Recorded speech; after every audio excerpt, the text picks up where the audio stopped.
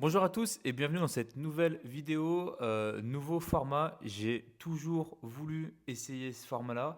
L'idée c'est que je vous mette dans le contexte, je vous explique la vidéo et puis vous aurez ma petite tête sur une vignette en bas et je vous accompagne tout le long justement de cette vidéo pour vous expliquer un petit peu ça. J'ai pas mal partagé jusqu'à aujourd'hui une de mes principales passions qui est le jardinage, la nature, etc.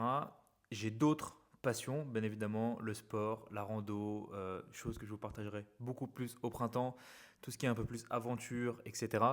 Mais aujourd'hui, je voulais vraiment aborder un sujet qui est le sport et selon moi, le meilleur entraînement possible pour pouvoir être fort, endurant, être le plus polyvalent possible. J'aime pas trop employer ce mot hybride parce que c'est un petit peu la mode avec les Aerox et compagnie de dire un peu qu'on est hybride. Mais j'ai toujours eu cette vision d'être polyvalent dans le sport. Je prétends pas être le plus fort, je prétends pas être le plus rapide, je prétends pas être le plus endurant, mais j'essaie de vraiment chercher cette polyvalence et chercher à ce que mon corps soit le plus fonctionnel possible. Je peux courir une certaine distance, je peux pousser une charge lourde, je peux tirer une charge lourde, je peux marcher pendant longtemps, je peux courir vite. C'est vraiment un petit peu ce que j'essaie de faire au plus possible. Et je vais vous expliquer justement dans cette vidéo, selon moi, quel est le meilleur programme d'entraînement. Je vous laisse avec les premières images et je vous reprends juste après pour vous expliquer tout le long de cette vidéo. Bon visionnage à tous. Bienvenue dans cette nouvelle vidéo. Aujourd'hui, vidéo, comme vous l'avez pu le voir sur le titre, on va parler sport. On va aller s'entraîner. Avant ça, petit pré-workout, le combo extraordinaire, petit pain de campagne, purée d'amande, petite banane, petit kombucha. Vraiment, on est au max. Training juste après et je vous explique le nouveau programme pour 2026 où personnellement je suis en quête d'être toujours plus performant, plus endurant, plus fort, plus tout ce que vous voulez, vraiment d'être le plus polyvalent possible dans le sport. Une ou deux petites courses qui me trottent en tête, pas de compète, etc. parce que je ne suis pas fan de la compète. Pour moi, vraiment, le sport, avant toute chose, c'est le plaisir et se sentir bien. C'est vraiment pour moi la priorité. J'aime les petits challenges, les petits défis, sortir de ma zone de confort, mais de là à dire que demain je ferai des compètes ou je ferai autre chose, c'est pas du tout ce qui m'intéresse. Donc, je me mets ça dans le gosier et on part s'entraîner et je vous explique juste après le programme pour cette année 2026. Let's go!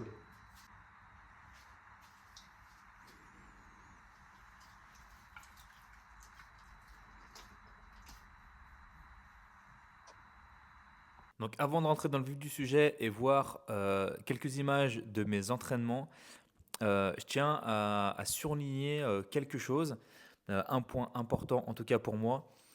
J'ai eu il y a quelques années en arrière un accident de moto qui m'a coûté un genou. J'ai à l'heure d'aujourd'hui des broches dans le genou, j'ai une fracture ouverte et donc j'ai un genou en morceaux, en miettes. Et donc ce qui, je dirais pas m'handicap, mais me facilite pas forcément les choses. Aujourd'hui par exemple, au moment où je vous tourne cette vidéo, il pleut, c'est très humide, j'ai mal au genou. Et donc, dans la course à pied, dans le vélo et dans certains exercices du bas du corps, notamment le squat, on va dire que je douille un petit peu. Donc, j'ai jamais été très très fort et c'est pour ça que pendant très très longtemps, je l'ai mis de côté. Mais aujourd'hui, sur 2026, j'ai vraiment envie de travailler certains points importants. J'ai envie encore une fois d'être fort, d'être endurant, etc., d'être encore une fois le plus polyvalent possible. Et pour moi, il y a vraiment trois exercices dans mes entraînements qui vont être clés, des exercices qu'on va appeler rois, hein. Pour le bas du corps, ça va vraiment être le squat. Et pour le haut du corps, ça va être les dips et ça va être les tractions. Donc dips et tractions, c'est des mouvements en plus que j'apprécie. Je les aime beaucoup. Donc là, on va être vraiment en surcharge progressive, comme vous allez le voir dans les vidéos qui vont suivre.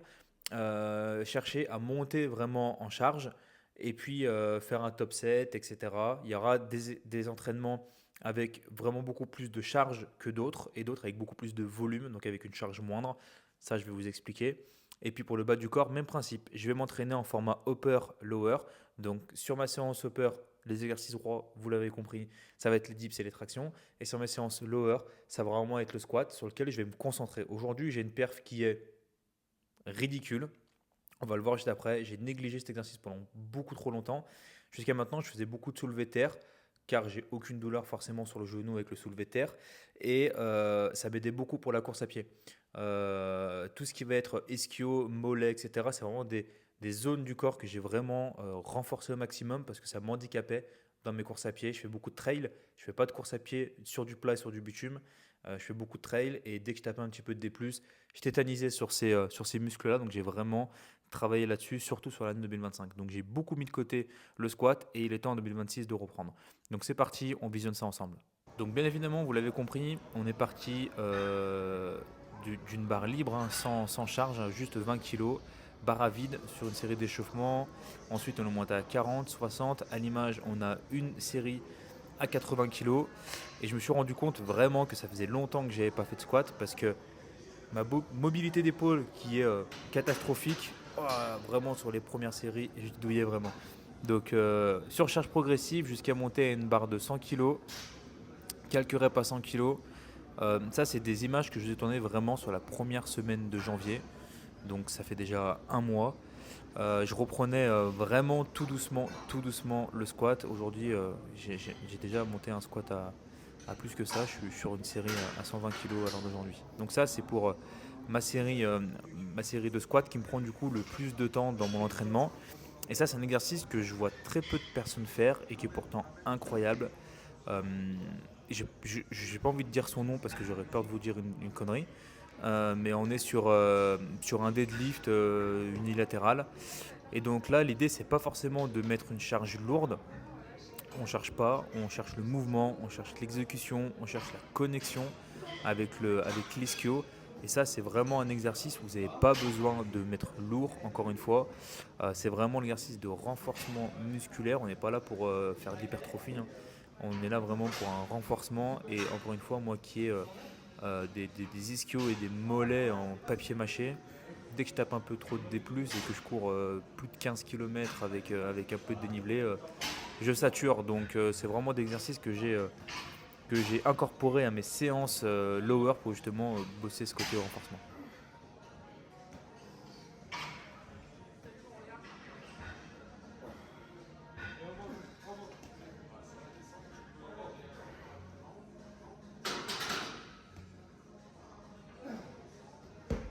Je vous ai bien évidemment pas filmé le reste de la séance, mais on a les classiques, du leg curl, du leg extension, pas mal d'exercices comme ça, hein, que vous connaissez. Je vous ai bien évidemment pas filmé, je vous ai vraiment pris que les principaux.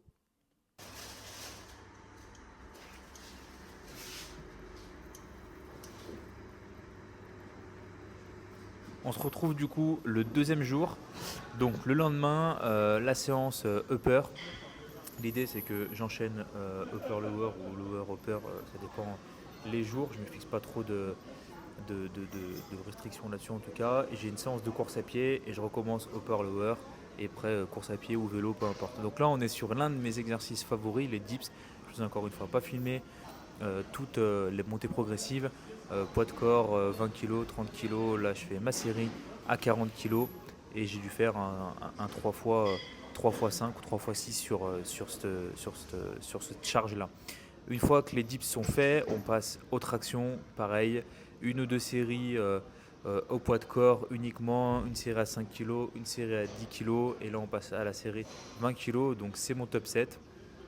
Et du coup, j'ai fait comme, comme pour les dips pardon, même schéma.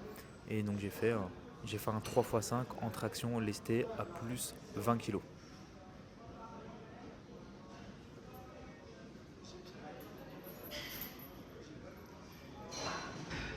Encore une fois, je ne vous ai pas tout filmé la séance parce qu'on est sur des séances qui font quasiment 1 h 30. Donc bien évidemment, il y a tout l'échauffement qui va avant, mon ou mes deux exercices rois, comme ça peut être le cas sur la séance upper avec les dips et les tractions.